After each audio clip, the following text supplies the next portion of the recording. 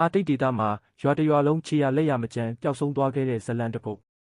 1930ခုနှစ်ပြင်းထန်တဲ့နှင်းမုန်တိုင်းကြားထဲမှာမူဆိုးတယောက်ကနေဒါမြောက်ပိုင်းကိုဖြတ်တန်းလာခဲ့တယ်။သူဟာအန်ဂျီကူနီအိုင်ဂျီဘေးကအထီးကျန်အင်နုအစ်လူမျိုးစုရွာလေးမှာနားစရာနေရာရှာဖွေခဲ့ပါတယ်။ဒီရွာလေးဟာပုံမှန်ဆိုပင်ပန်းလာတဲ့ခရီးသွားတွေကိုနှွေးထွေးစွာကြိုဆိုတတ်တဲ့နေရာတစ်ခုဖြစ်ခဲ့တာပါ။ဒါပေမဲ့မူဆိုးကြီးရောက်သွားချိန်မှာတော့တရွာလုံးနှင်းတွေအောက်မှာတိတ်ဆိတ်ခြောက်ကပ်လို့နေပါတော့တယ်။အေးခဲလာတဲ့အာတိတ်လေပြင်းတွေကြားမှာတဲအိမ်တွေဟာပျက်စီးခြင်းမရှိဘဲအကောင်းတိုင်းရှိနေသေးပါ။အထဲမှာတော့မကြာခင်ကမှငိမ့်သက်ထားတဲ့မီးဖိုပြာတွေနဲ့တမင်သားစွပ်ပြုတ်အိုးတွေရှိနေတော့မယ်ဖြစ်ပါတယ်။ချုပ်လက်စအဝတ်ထည်တွေဟာလည်းအချီတန်းလန်းနဲ့အယိုးအပ်တွေနဲ့အတူပြန့်ကျဲနေခဲ့တယ်။ဒီရွာသားတွေဟာတာမန်နေ့စဉ်လုပ်ငန်းတွေလှုပ်ဆောင်နေရင်တန်းလန်းနဲ့ဆုံးခွာသွားခဲ့တယ်လို့ပါပဲ။ဒါပေမဲ့လည်းရုံရင်းဆန်ခတ်ဖြစ်တာဒါမှမဟုတ်အဓမ္မမောင်းထုတ်ခံရတဲ့လက္ခဏာမျိုးလုံးဝမရှိခဲ့ပါဘူး။ပိုပြီးထူးဆန်းတာကတော့ရွာဘေးပတ်ပတ်လဲနှင်းလွင်မြင်တွေပေါ်မှာလူသားတွေရဲ့ခြေရတကွက်မှမရှိတာပါပဲ။အနီးအနားကစုပ်ဖားဆွဲခွေးတွေကိုတော့သူတို့ရဲ့ခြေတိုင်တွေမှာတင်